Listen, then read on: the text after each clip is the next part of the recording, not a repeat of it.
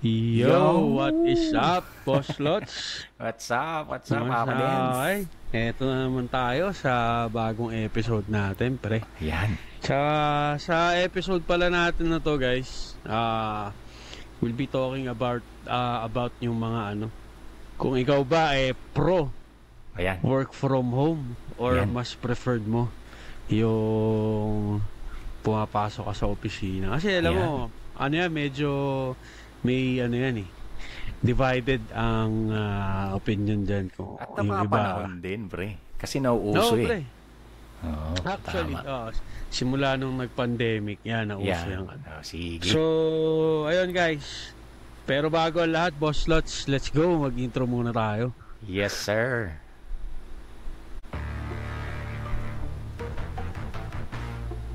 It complicates things more. Shots fired na naman ng mga tatamaan dyan. Depressed daw siya, Tapos, pre, nagawa pang umiyak sa camera ang walang hiya. Oo, masasabi ko dyan, pakakyo kayong lahat. Let's get ready to rumble!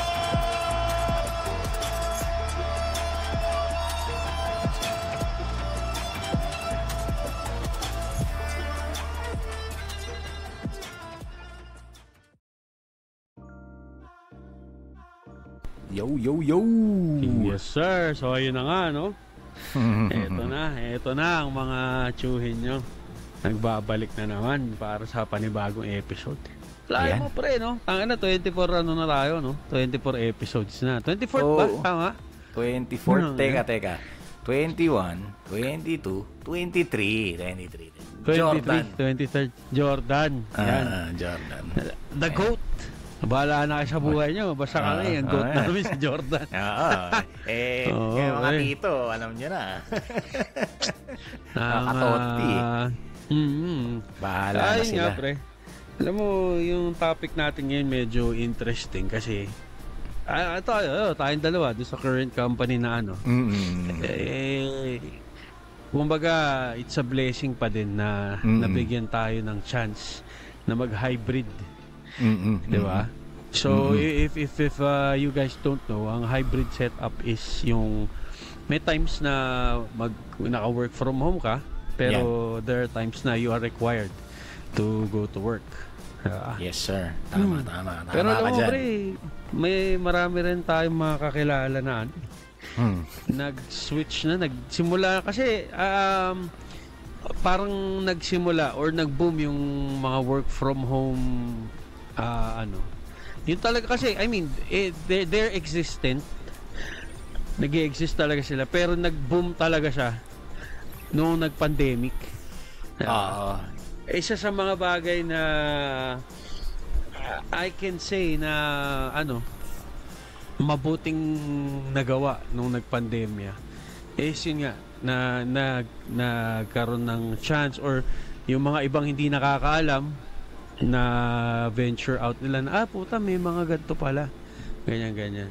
So ayun, pero alam mo yun, para sa akin kasi okay siya in a sense kasi you get to work from home. Unang-una, tipid sa pamasahe or sa gas, diba? Tipid sa damit kasi technically kahit nga na gantong itsura lang natin, pre, we can work from home. Depende na lang yan kung may meeting kayo or kailangan naka-video on ka, kausap mo yung sino man, yung boss mo or naka polo shirt o naka long sleeve pero naka brief sa baba, no? Mismo. Alam mo yan, pre. Naalala ko yan, putang Pinalala pa ako, pre. Para may interview ata yun. Pre, polo shirt, ganyan. Putang, naka boxer brief lang ako. Huwag ka lang tatayo. Yari ka. Sure ball. Pero, ikaw, pre, ano bang take mo? Anong mo bang take mo dun sa ganyan, pre? Oops. Okay ka ba sa ganyan? May pros and cons din, pre. Katulad nung halimbawa, gusto kong choice mong mag-work from home. pero na-hinge yung internet mo, lagi na-interrupt, syempre, yung employer mo, medyo mag-aano sa'yo, na akala, isa sa requirement, kailangan mabilis yung internet. Kaso, alam mo naman sa Pilipinas, umulan lang, pati internet, nadadali. Totoo din. Pero alam mo kasi, pre, ewan ko, based on experience na lang din siguro. Parang nagiging isa din sa cons eh. Kasi nagiging excuse yan, pre. Alam mo naman. Tama.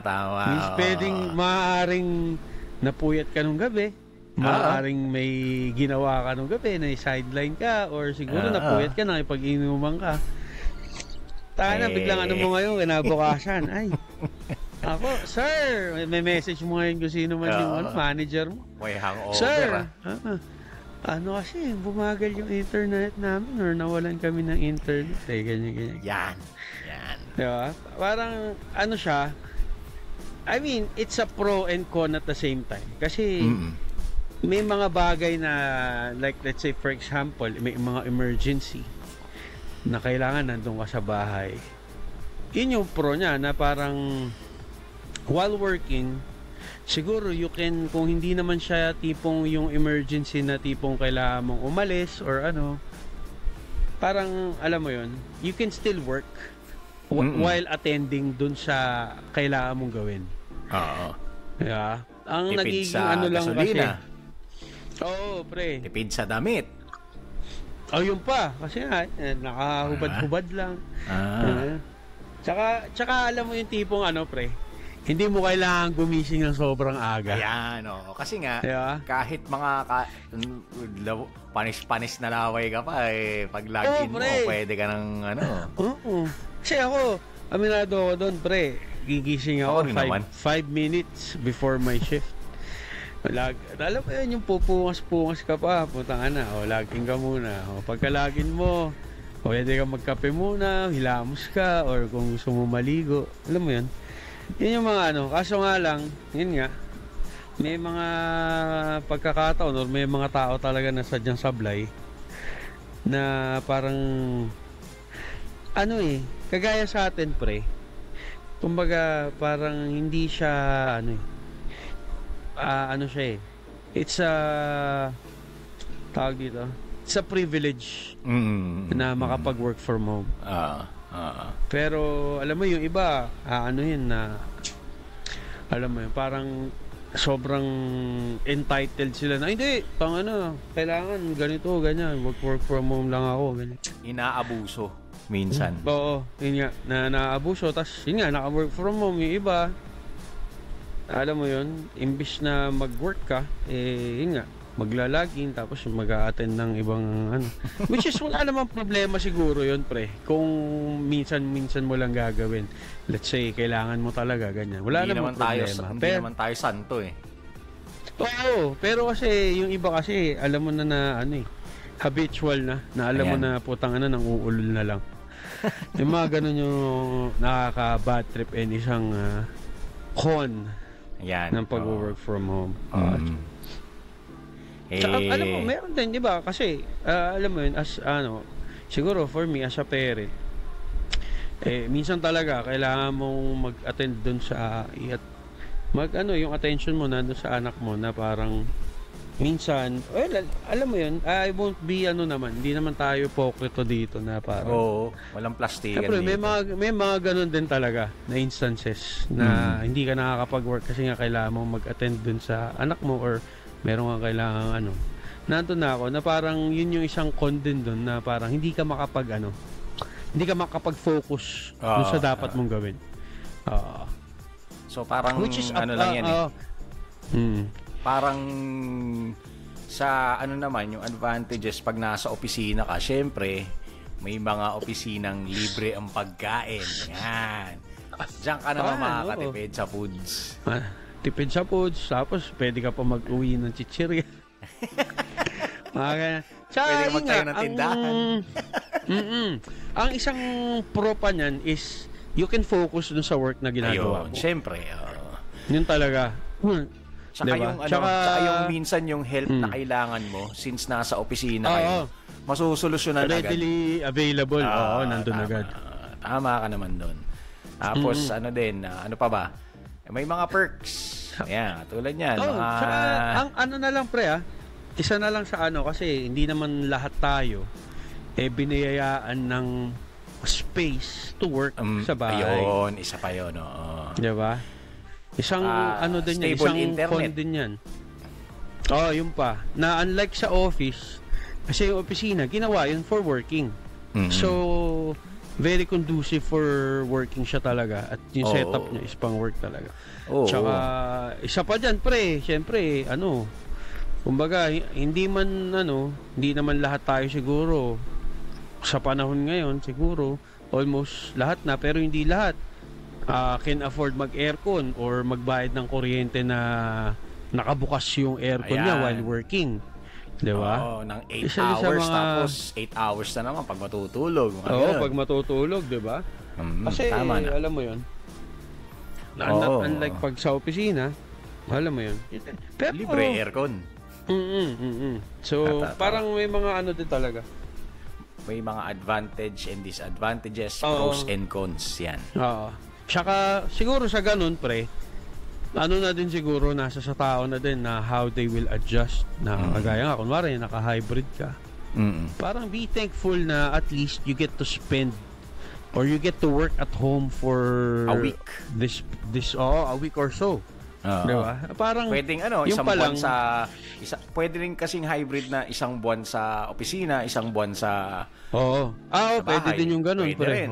Hybrid pa rin 'yun. Diba? So, ayun. Inaano lang natin. Pero ayun nga, kung siguro hindi mo na na nabubuisi ka na sa hybrid, maghanap ka. Maghanap ka na ng work from home. Pero again, kasi alam mo pre, sa atin kasi, di ba, hindi naman siguro lingid sa'yo na may mga nag-ano pa din na, putang ina. Nakagalaw ko. Di ba? Di naman lingid sa atin na may mga, alam mo yung hybrid na nga tayo, may mga nagre-reklamo pa rin na, tangina, office na naman, ganyan. Again, tangina, nag-sign up kayo, nag-apply kayo dyan, 100% office yan. Na nabigyan lang ng pagkakataon. Nabigyan lang ng pagkakataon na sana maging thankful na tayo sa ganun. Though I understand minsan na kagaya niyan, yung pag may mga bagyo, ganyan. Ayan. I understand na pero at least may ginagawa naman yung kumpanya to Yun naman ang maganda nun. Tsaka naaabuso kasi minsan tulad nung kapag work from home, pucha, 100% attendance. Totoo yan. Tapos pagdating ng return to office bungi-bungi. Wala na. Nowhere to be found. Minsan nowhere to be found pa nga, pre. Biglang nawawala, no? Ay, maging thankful na rin tayo. Yun nga, sabi mo nga, Papa Dens, kung ayaw mo ng hybrid, patsal-patsal, hanap ng permanent work from home para magawa ang gusto. Kaso lang, magtatrabaho ka pa rin, pre. Diba? Hindi pa rin yun. Magtatrabaho ka pa rin. Siyempre, pag work from home yan, usually, it requires your full attention din. Hindi porket work from home, lisensyado ka na para alam mo yon, gawin yung anong tawag dito? Gawin yung mga style mong mga lokbo, pre. Tsaka alam mo, pre, hindi naman tayo simple. Sa akin, lalo na doon sa may mga kakilala kasi kung ganyan na naka-work from home. Ang isang ayoko na ganyan, may mga, hindi lahat, pero may mga companies na nagpapa-work from home na monitored sila, pre. Monitored yung keystroke mo sa keyboard, yung movement ng mouse mo, yung movement ng mga windows mo. Na parang, kung ako yun, putang ina, daig mo pa yung nag-o-opisina, pre. Kasi nga, aminin mo, pre, pag nasa opisina, hindi na, tangina, siraulo lang ang magsasabi ng 100% of the time na nasa opisina siya, nagtatrabaho lang siya. Diba? Siyempre, sabihin na natin, may iihi ka pa rin, kakain ka pa din, tatayo ka pa din, di ba? Diba? Siyempre, hindi 100. Parang sa akin, mas restrained ka na gano'n, nabantay sarado yung keystroke mo. 5 minutes kang hindi gumagalaw, putang na, ipiping ka na, what are you doing? Parang mas, micromanaging. Oo. Na siguro, hindi mo rin masisi, pre. Kasi siguro yung mga ganong kumpanya, na-experience nila na nagpasaway. naging mabait sila or naging, ano ba yung term doon? Lenient sila na hinahayaan nila yung pero yun nga, naaabuso. And they are finding out na hindi nagagawa yung trabaho na maayos. Kaya hindi mo rin masisi kung bakit ginagawa nila yun. Oo, kasi pre, yung ibang work from home, ang laki magpasweldo. Diba? Tipid ka na sa pamasahe, tipid ka na sa oras mo ng paggising mo, pero yung iba kasi pre ang ginagawa, kung ano-ano ang ginagawa, hindi na nagtatrabaho. Siyempre yung binabayad, siyempre talaga. Kailangan sulit pa rin yung bayad sa kanila. Kaya ka nga binabayaran para magtrabaho, hindi para kung mag-extracurricular activities. Kung kung extracurricular activities, wag mo nang gawin. Pero kung halimbawa, emergency, pwede naman yun, maiintindihan naman yun eh. Basta wag mo nang gawing habit na, puta, halimbawa, night shift ka. Syempre, mga tropa, naglalabasan. Nom-noms kapag gabi. Puta, ayaw mo maging left out. Ayaw mong ma-left out. Ayun na nga. Syempre, maikiinom ka. Lalashing-lashing ka na. Paano ka na makakapag-work niyan? Atay na. Tapos kinabukasan, baguls-baguls na yung work mo kasi nagiinom na kayo habang nag-work Kinabukasan, may hangover ka. Di hindi ka papasok. Yari. Ang pinakamalaking problema, yung maghahabol ka na ngayon ng trabaho dapat mong gawin. Ayun lang. Kasi at the end of the day, work is work. Kumbaga lalo na kung yan yung nag-source mo for, yun nga, pangkain mo, pambayad mo ng bills. Alam mo yun, yung pang-inom mo. Diba? Kami dito, mga katotpi, hindi naman kami santo. Na sasabihin namin sa inyong straight edge kami na anghel-anghel kami. Hindi naman. Pero, syempre, pwestuhan mo din, di ba? Magkaroon ka rin ng, kumbaga, malasakit sa trabaho mo. Hindi mo man mahalin yung trabaho kasi yung iba, minamahal masyado yung trabaho. Which is mali naman. Huwag mong gagawin yun. Which is mali naman. Pero, yung you're working o gawin mo yung task mo ayon sa binabayad sa'yo, gawin mo naman. Diba? Kasi tama. Katulad ko, hindi naman ako performer, pre, pero tinatry ko naman, pre. Tinatry kong ano naman yung binabayad sa akin. Kaso syempre, may mga katulad nga na sinabi natin sa PIP episode natin, may mga pagkakataong minamalas ka talaga. Totoo. Hindi naman sa pasaway ka, minsan minamalas ka din. So yan, yung mga nagiging sanhi o reasons kung bakit nagiging strict na yung mga work from home. Kasi dati, if I remember, hindi masyado yung mga keyloggers, yung mga keystrokes mo, yung mga ginagawa mo. Wala naman dati yun kaso lang, syempre, naaabuso nga. So yun yung con din ng ganong klaseng trabaho in the company's part din. Syempre, nawawalan sila ng pera dahil sa negligence mo sa work. Yun nga, kaya yung iba pro sa office pa din kasi yun nga, bukod sa stable yung internet mo, wala kang reason para hindi gawin yung trabaho mo. So, salin lang yung mga pros and cons na yan. Diba? Parang yan kanya-kanyang yan. Kasi yun nga, kagaya nga nung sabi ko, pre, hindi naman lahat may komportabling space sa bahay to work. Ayan. Diba? Hindi naman lahat nabiyayaan ng parang office space pagkakataon sa bahay. Kaya kumbaga Papadens, parang naputol ka yata sa side ko. Nako, parang nawawalan ako ng speaking of internet, check muna. Dahil mukhang, ano ko eh, naglolo ko yata frozen ang ka sa aking akin. internet today. Kaya na talaga, Ayan, shout ayan, out ayan. sa ano. Ay, nako, nabubuisit na lang. Shout out sa Converge, putang ina. Name drop ko na kayong mga hype Name kayo. drop na. Tang ina nyo. Actually, pre, masasabi, katulad niyan, pre, 'di ba? Pareho tayong Converge. Ngunit, subalit, dakapwat, parang mas maganda yung serbisyo nila around the QC area. Parang ganun ba, pre? So, isa yon sa mga disadvantages. Hindi mo alam kung anong stable na internet para sa'yo. Pero, of course, knowing the Philippines, pre, yun nga, sabi ko na, banggit ko kanina, walang konting stable ulan. sa Pilipinas. Unstable lang dito, traffic. Legit. Constant yun. Wala nang oras. Dati merong window. Ngayon wala nang window. Ayun nga. Kahit pareho tayo ng subscription sa Converge, provider, ISP, hindi maaaring makuha mo ang mga advantages na stable connection. Maaring hindi ko naman makuha yun sa side ko or vice versa. So yun din yung cons na walang hiya. Sa Pilipinas, putang ina, lalo na yung PLDT. Nako po, isa pa yan. PLDC na kasi yun, pre. Napalit na yung pangalan.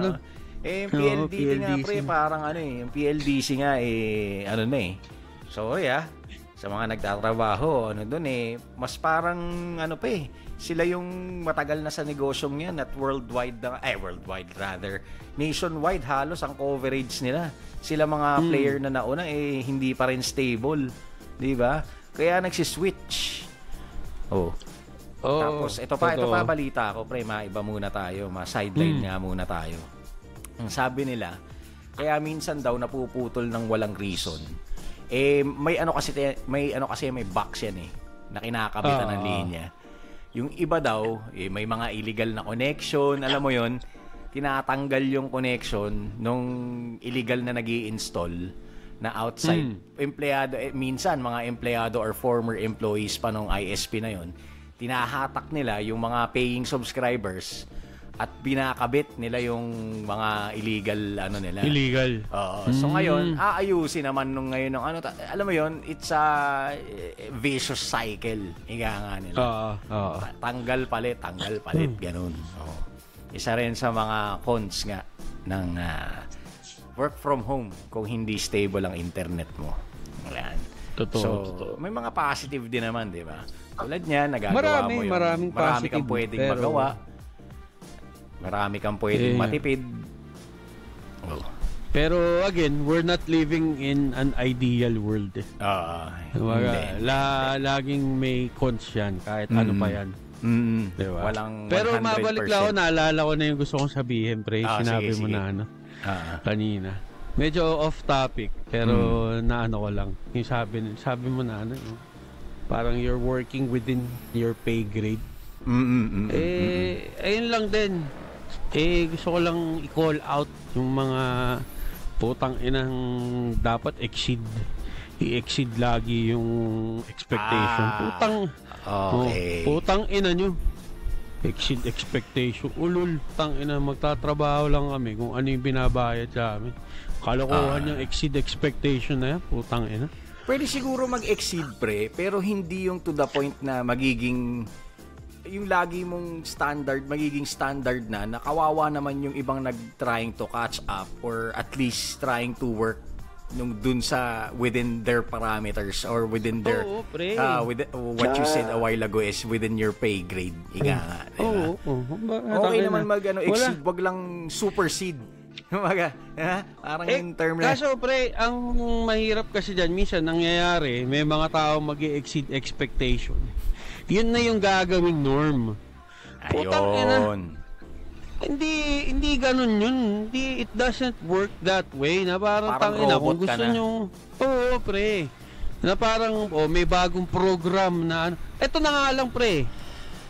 Sa computer na lang, pre, Computer, well, technically, para siyang robot, pre, di ba? Kung gusto mong mag-perform much better yung computer mo, mag-a-upgrade ka ng pyesa. Di ba? Ngayon, yung mga putang inang ewan ko, yung mga tagapagmana ng kumpanya, putang ina nyo, kung gusto nyo mag-upgrade yung mga tao nyo, baka naman gusto nyo i-upgrade din yung sahod. Ayan, hindi yung putang inang puro lang kayong dami nyo pinapa-upgrade, pinapagawa, pero putang ina, same pay grade. Ano yun?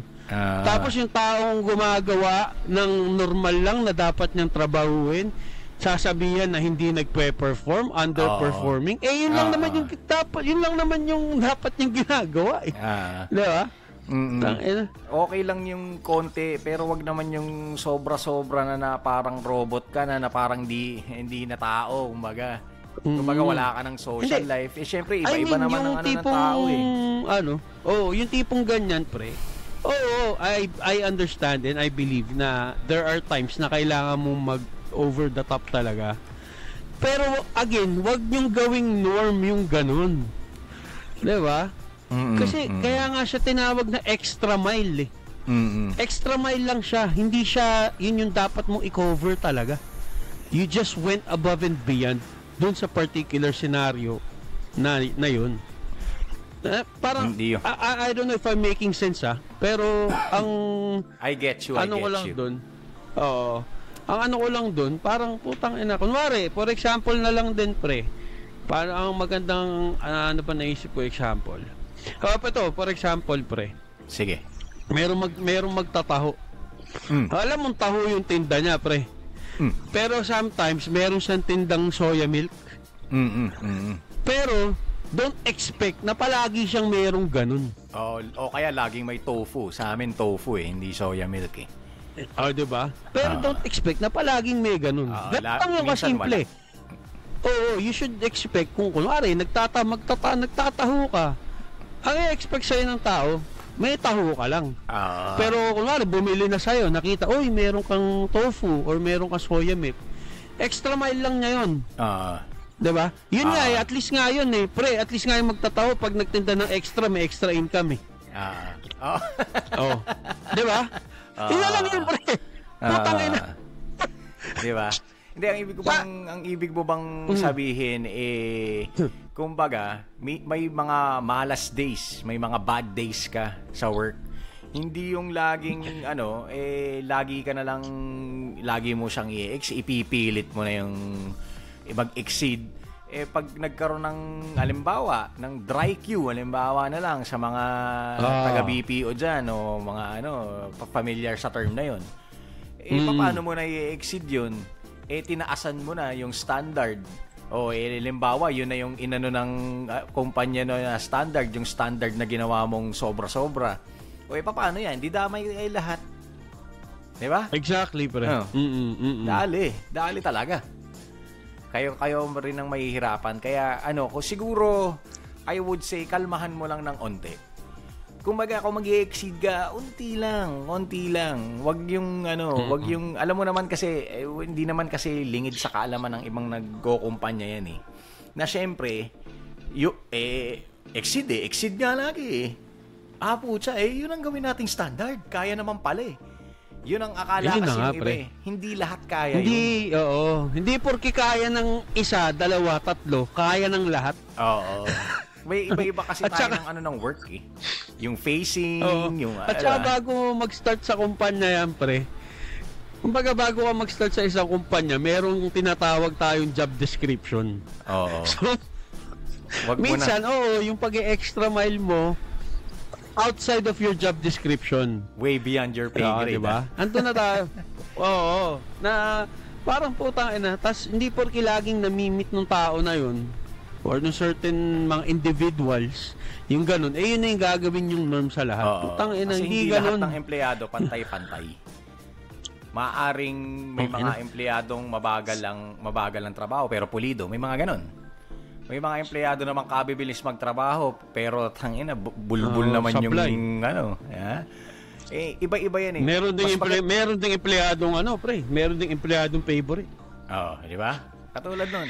Kaya nga meron tayong pre, mga certain goals na minimit. Ibig sabihin na pag-aralan na hanggang doon lang tayo. O kaya higitan mo unti lang. Hindi naman namin sinasabi dito, no, Papa Dens, ano? Hindi naman namin sinasabi dito na wag kang mag-perform kung gusto mo mag-perform. Pwede naman. Wag mo lang halimbawa, 5 lang ang nire-require sa'yo. Bigyan mo 20. Di ba? Syempre napag-aralan na yung 5 eh. Yun ay standard eh. Kung 10 ka, okay, very good, 10.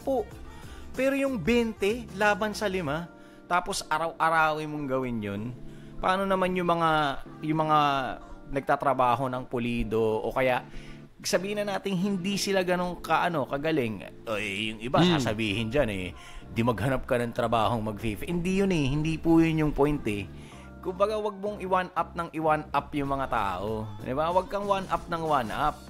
Pareho rin naman kayo ng sinisweldo Baka nga yung iba, seniority mas malaki pa sweldo sa'yo. Diba? Pare-pareho lang tayo Andun na tayo Wag na nating higitan ng sobra-sobra. Pwede kang humigit or pwede kang mag above and beyond. Pero wag naman yung galaxy far away na. Kumbaga, lang din kalmahan mo lang. Kalmahan mo lang. Easy ka lang. Easy lang. Na iba na pala yung topic natin. Naligaw na tayo. Alam mo naman, pre. Napapasarap lagi ang kwentuhan. Napapasarap tayo kung ano-ano lang napagdidiskusyonan natin. Alam mo naman, pre, madami tayong pwedeng pagkwentuhan ang format namin, kaya namin iniba, medyo ma-digest naman ng mga ibang taong short attention span, di ba?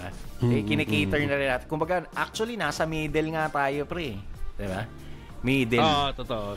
Hindi yung kasi if it's too short, like, say, 15 minutes, parang wala ka makukuhang sustansya. Sa pinag-usap, bitin. Baka intro pa lang, tapos na. At the same time, kung 1 oras naman o mahigit, parang sobrang haba, hindi na ma-digest. So, nandito kami sa around 30, 40, gano'n. Oo, nandun na tayo sa gitna. So, ayan. Since napansin na namin na sobrang haba na at nawawala na, mahaba na ang aming kwentuhan ni Papa Dens. Mahaba na naman. Oo. Next time naman, para naman sa susunod, makinig naman kayo ng ibang topics na. Marami pa kaming mga naka-line up dito. Huwag kayong mag-alala. Marami pa tayong pagkwentuhan. Di ba, Papa Dens? Totoo. Hindi naman tayo nauubusan ng kwento, pre. Yun ang dynamic na sikreto namin ni Papa Dens. Pare-parehas, halos pare-parehas na experience ang mga katito, mga katotpi. Yan. Okay, sige. Magpaalam muna tayo, Papa Dens, at bitinin muna natin sila. Again, this is your Boss Lots, ang inyong titong medyo galit lang. At ako ang inyong Papa Densyo, ang tito mong mas galit. Mas galit pa sa wala akong maisip sige, tayo mag-iisip yan. Mas galit pa sa ito. Pwede.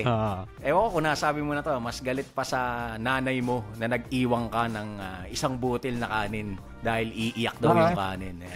Hindi mo inubos yung pre. Hindi mo inubos yung nasa plato mo, pre. Ayan, paalala ko dyan, sinasabi sa akin, kada butil daw ng pawis, 1 butil daw ng pawis ang magsasakaya. Putang, hindi ang asim nung kung nagkaganon. Maasim yung bigas nyo, panis na.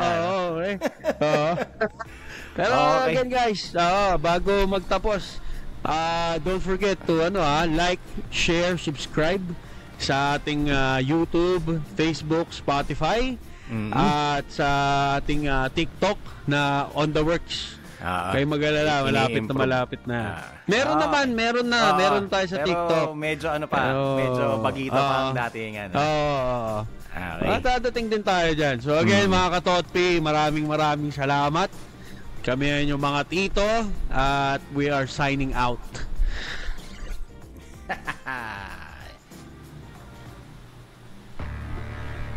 The Opinionated Tito's podcast is proudly sponsored by Riverside FM. Follow us on our official Facebook page, The Opinionated Tito's Podcast. And don't forget to subscribe to our YouTube channel and Spotify. Thank you for tuning in, and we'll catch you next time.